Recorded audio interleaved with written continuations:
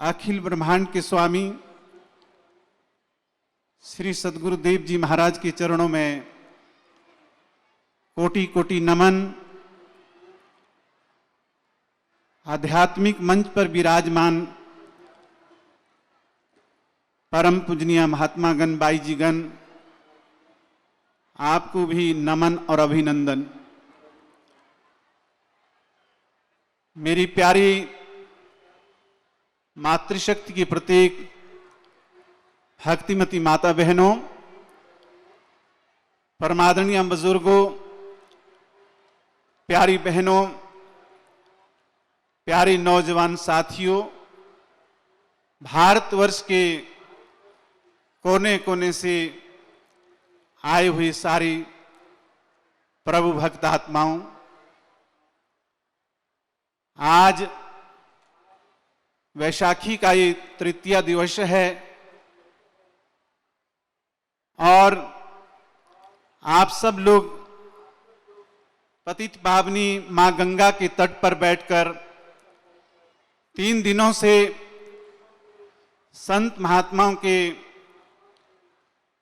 आध्यात्मिक सत्संग विचारों को श्रवण कर रहे हैं और हम सब लोगों के आराध्या देव श्री गुरु महाराज के पूज्य माता जी के सभी दिव्या विभूतियों के भी अमृतमयी वचनों को आपने बड़े ही धैर्यपूर्वक और अपने मन को एकाग्र करते हुए श्रवण किया है। और आज इस कलयुग में हम सब लोगों का परम सौभाग्य है कि जहां चारों तरफ अशांति के बादल मंडरा रहे हैं, हाहाकार मचा हुआ है, ना जाने कब किसके सिर पे काल मंडरा जाए, और ऐसी विषम परिस्थिति के अंदर समय के सद्गुरुदेव के श्री चरण कमलों में हमें जो आनंद की अनुभूति होती है, ये भाई बहनों हमारे लिए एक बहुत बड़ी गोल्डन अपॉर्चुनिटी है। The great things achieved by great sacrifice only, महान चीजें महान कुर्बानियों के बाद प्राप्त होती है। और आप सब लोग 3 दिनों से इस महासागर में सत्संग रूपी गंगा में जो स्नान कर रहे हैं, ये हमारे ऊपर श्री गुरु महाराज की मां जगजननी की बहुत बड़ी कृपा है। भाई बहनों, हम इसके लायक नहीं थे। अगर हम अपने इतिहास को देखें, अगर हम अपने जीवन को देखें, तो हम और आप लोग एक नाली के अंदर पड़े हुए कीड़े के समान थे। श्री गुरु महाराज ने दया करके आज हमें इस महान स्थान पर अपने श्री चरण कमलों में रखा। ये हमारा कितना बड़ा परम सौभाग्य है। मुझे एक विवेकानंद का लॉजिक याद आया। विवेकानंद जी कहते थे, I can do anything and everything without guidance of anyone. All power is there. Stand up, express the divinity within you. कि हमारे पास सारी शक्तियां हैं। उठने की शक्ति है, बैठने की शक्ति है, चलने की शक्ति है, बहुत कुछ हम दुनिया में कर सकते हैं। लेकिन जहां तक ईश्वर तत्व को प्राप्त करने की बात है, जहां पर श्री गुरु महाराज के अखिल ब्रह्मांड के स्वामी के चरण कमलों में जाने की बात है, जब तक उस महापुरुष का ब्लेसिंग नहीं होगा, आशीर्वाद नहीं होगा, तब तक आप उस महापुरुष के चरण कमलों की सानिध्य में नहीं पहुंच सकते हैं। तो आज भाई बहनों, हम सब लोगों के ऊपर जो है समय के महापुरुष की कृपा है। आज आप देखते हैं कि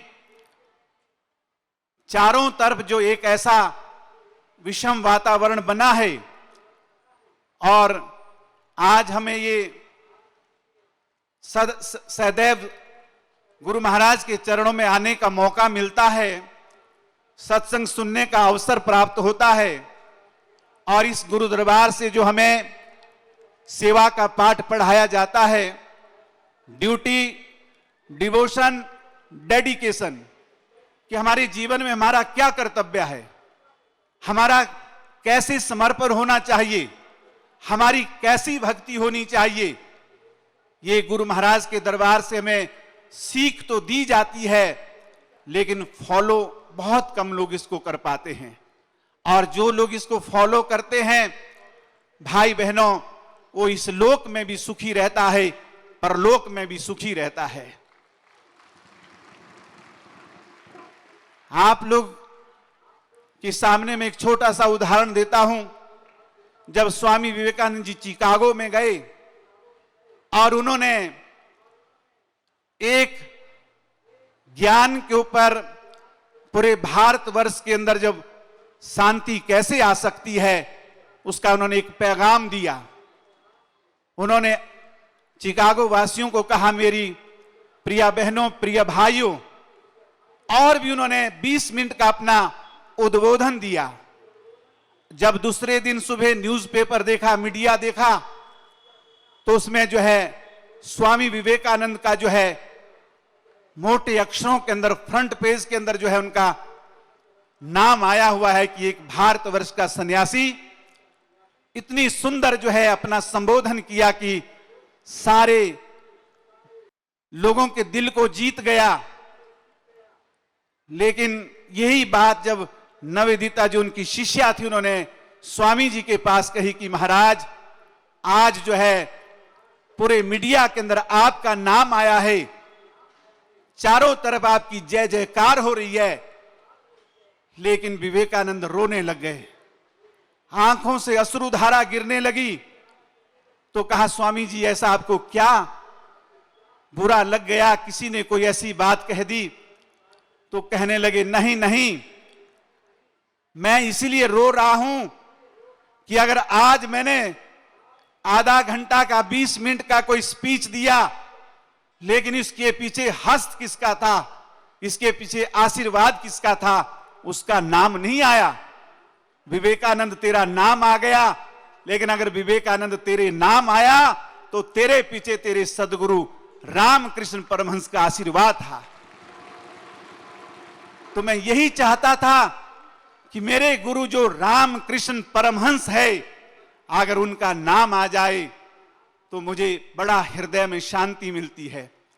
तो इसलिए भाई बहनों, अगर आज हम लोग भी स्टेज से बोलते हैं, हम लोग भी कहीं पर भी बोलते हैं, तो ये गुरु का ही आशीर्वाद होता है।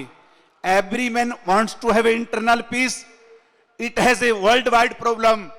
हर एक आदमी अंदर की शांति चाहता है, सुख चाहता है, आनंद चाहता है। लेकिन भाई बहनों, अगर आनंद, सुख और शांति को चाहते हो, तो जब तक सुप्रीम पावर की सदगुरु का आशीर्वाद नहीं होता है, तो ये नहीं हो सकता है, इम्पॉसिबल। तो इसलिए हमारे संत महापुरुष इस बात को जोर देकर कहते हैं। मुझे और बात याद आ गई, जब स्वामी विवेकानंद जी जब इसी ज्ञान के ऊपर, इसी आत्मज्ञान के ऊपर शब्द ब्रह्म की व्याख्या कर रहे थे, उनका 7 दिन का जो है एक जगह सेमिनार चल रहा था, तो स्वामी विवेकानंद ने शब्द ब्रह्म के ऊपर प्रकाश डाला कि शब्द ब्रह्म के ऊपर बहुत बड़ी ताकत है। अगर जीव शब्द ब्रह्म को जान जाए तो सारे संसार के अंदर, सारे विश्व के अंदर शांति आ सकती है, एकता आ सकती है, भाईचारा हो सकता है।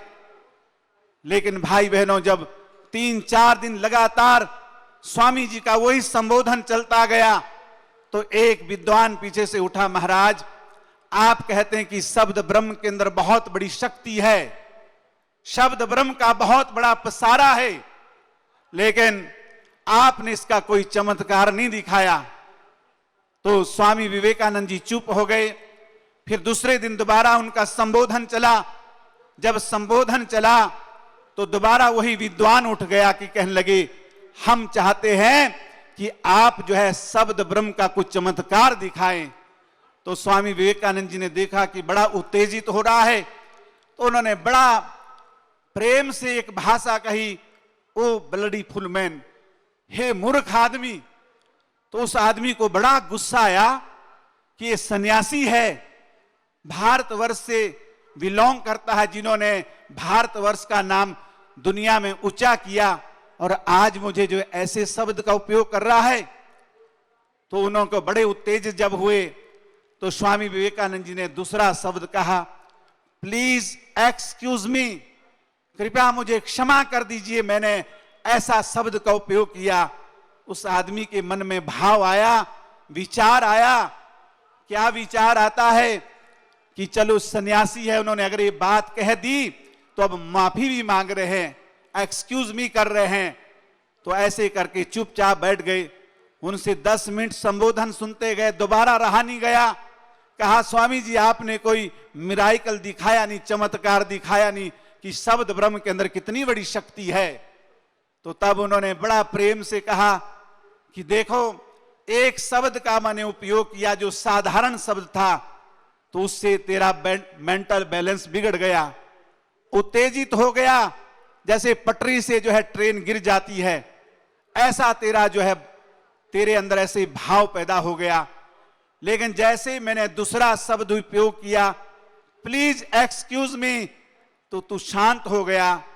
तो कहा कि देखो, ये तो मैंने बाहरी शब्द कहा, एक छोटा सा शब्द कहा, इससे तेरे जीवन में इतना परिवर्तन हुआ। अगर तू उस अंदर के शब्द ब्रह्म को, प्राइमोडियल वाइब्रेशन को तू जान जाएगा, तो तेरा जीवन कितना परिवर्तन हो जाएगा। जब तू उस अंदर की चीज को जान जाएगा, तो भाई बहनों, जो हमारे संतों ने कहा था, संत कबीर ने कहा था, कोटि नाम संसार में ताते मुक्ति ना होए, आदि नाम जो गुप्त जब बूझे बिरला कोई। There are so many name of the world, which is only one name, the base of all vibration, what called to primordial vibration। तो जो आदि नाम है, आदि सच, जुगादि सच, नानक है भी सच, होशी भी सच। तो भाई बहनों, वो आदि नाम क्या है? ये गुरु दरबार, ये मंच जो है उस आदि नाम को जानने के लिए कहता है। तो जैसे आप देखते हैं कि एक ही सूरज होता है, एक ही चंदा होता है, एक ही धरती है, एक ही समुद्र है, इसलिए भाई बहनों, उस समया का आदि नाम का ज्ञाता भी, समय का महापुरुष भी एक ही होता है, वो दो नहीं होते हैं। लेकिन हमारी वो आंख होनी चाहिए, हमारे पास वो ज्ञान होना चाहिए। जरे जरे में है झांकी भगवान की, किसी सूझ वाली आंख ने पहचान की। जब तक भाई बहनों वो सूझ वाली आंख नहीं मिलती है, जब तक वो ज्ञान नेत्र नहीं मिलता है, तब तक हम उस आदि नाम को नहीं जान सकते हैं। तो इसी गुरु दरबार के अंदर ये संदेश दिया जाता है। आप कितनी बार सुनते हैं इसी संदेश को सुनते हैं, इस मंच से संदेश दिया जाता है। जगजननी माता जी कितनी बार समझाते थे, समय का सदगुरु डॉक्टर हकीम वैद्या, समय का राजा, समय का डॉक्टर हकीम वैद्या, और समय का नेता। ये तीन चीजें बार बार कही जाती है।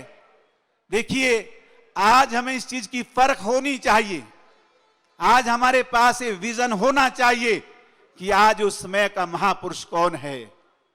और समय के महापुरुष की पहचान ज्ञान के द्वारा ही होती है। आप कर्मयोग शास्त्र गीता को देखिए, भगवान श्री कृष्ण गीता के अध्याय 9 श्लोक 2 में कह रहे, तद विधि प्राणिपातेन परिप्रेषणन सेवाय उपदेशयन्ति ते ज्ञानम ज्ञानी तत्वदर्शिना। Therefore prostrate before the wise and through service receive that knowledge, and those who know to my serious will give you that knowledge। आप तत्वज्ञानी सदगुरु की निस्वार्थ भाव से सेवा करो। जब वो सेवा से प्रसन्न हो जाएगा तो तुझे उस तत्व ज्ञान को देगा। और जब जीव तू उस तत्व ज्ञान को जान जाएगा, और जब तू उस अनुभूति में खरा उतर जाएगा, तो उस महापुरुष की कृपा से तू भवसागर से पार हो जाएगा। यही बात आदि गुरु शंकराचार्य जी कहते हैं, पुनरपि जन्म पुनरपि मरणम पुनरपि जननी जठरी सेनन ये संसारे खलु दुस्तारे कृपा पारे पाहि मुरारे भज गोविंदम भज गोविंदम भज गोविंदम मुड़ मते। हे मानव, तू बार बार जन्म ले रहा है, बार बार मर रहा है, तो ये जन्म और मरण की वेदना बहुत खराब है, जिसको हम 84 लाख कहते हैं। तो 84 लाख को बचने के लिए ये आपको एक बार श्री गुरु महाराज की कृपा से, ईश्वर की कृपा से मानव का चोला मिला है, एक अवसर मिला है। तो इस अवसर के अंदर हमें उस नाम को जानना है, उस ज्ञान को जानना है, उस प्राइमोडियल वाइब्रेशन को जानना है, जो गुरु नानक देव जी ने भी कहा था, अखा बाजू देखना, बिनु कना सुनना, पैरा बाजू चलना, यही जीवित मरना। क्यों कैसी चीज होगी कि ये बाहर की आंख उसको नहीं देख सकती है, ये जीवा उसका गुणगान नहीं कर सकती है, ये पांव वहां तक नहीं पहुंच सकते हैं। तो कहा कि इसी समय में, इसी घड़ी में आपको उस परमात्मा से मिलना है, जीते जी उस ईश्वर से आपको मेल करना है, उस ज्ञान को जानना है, जिसके लिए बार बार कहा जाता है जीवित समझो, जीवित बूझो, जीवित मुक्ति निवासा, मुए मुक्ति कहां गुरु लोभी, झूठा दे विश्वासा। जीते जी भाई बहनों उसको समझना है। जब जीते जी उसको जीव समझ लेता है तो भाई बहनों हमारे जीवन का कल्याण हो जाता है। तो जब हम उस ज्ञान को जान जाएंगे, आत्म ज्ञान की प्राप्ति कर लेंगे, श्री गुरु महाराज के चरण कमलों की छत्र छाया में अपने जीवन को व्यतीत करेंगे, तब भाई बहनों समझ आती है बात, दुनिया में कहां टूटी हुई तस्वीर बनती है, तेरे दर पे बिगड़ी हुई तकदीर बनती है। सारी दुनिया का होकर देखो, जो कुछ पास बचा उसे खो कर देखो, क्या कहूं इसमें कैसी लज्जत, एक मर्तबा गुरुदेव का होकर देखो। तो मेरा आपसे यही निवेदन है, यही विनती है कि आज जो हमारे को ये सुंदर अवसर मिला है, सुंदर मौका मिला है, हम लोग तन से, मन से, धन से, मन से, वचन से, कर्म से अपने माली के चरणों में समर्पित हो जाएं। क्योंकि ये बैसाखी का जो त्योहार होता है, महापर्व है, ये समर्पण भाव की ही हमें सीख देता है। तो हमें जीवन में समर्पित भाव से गुरु दरबार की सेवा करनी चाहिए। और जब हमारी समर्पित भाव से सेवा होती है, जो निष्काम भाव से सेवा की जाती है, जो आज हमें सेवा का मौका मिला है, ज्ञान प्रचार करने का हमें जो मौका मिला है, इस मौके को हाथ से ना जाने दे। मैन परपोजिज गॉड डिस्पोजिज, आदमी जो सोचता है वो कभी नहीं होता है, जो सदगुरु को, जो ईश्वर को मंजूर होता है वो ही होता है। लेकिन भाई बहनों, इसके प्रति जब हम निष्काम भाव से सेवा करेंगे, कर्म करेंगे, कर्म प्रधान विश्व रचि राखा, वर्क इज वर्शिप, अगर काम ही पूजा है तो उसकी डेफिनेशन हमें रियल रूप से गुरु दरबार से मिलती है। तो मैं आप सभी भाई बहनों से निवेदन करता हूं कि हमें इस मौके को खोना नहीं है। जो भी हमें गुरु महाराज के दरबार से एक होमवर्क मिलता है, सेवा का कार्य मिलता है, जो हमें आज्ञा दी जाती है, उसे हमें ड्यूटी, डिवोशन और डेडिकेशन के साथ निभाना। यहीं पर मैं अपने विचारों को विश्राम दूंगा। अस्तो मां सद्गम्या, तमसो मां ज्योतिर्गम्या, मृत्यु मां अमृतगम्या।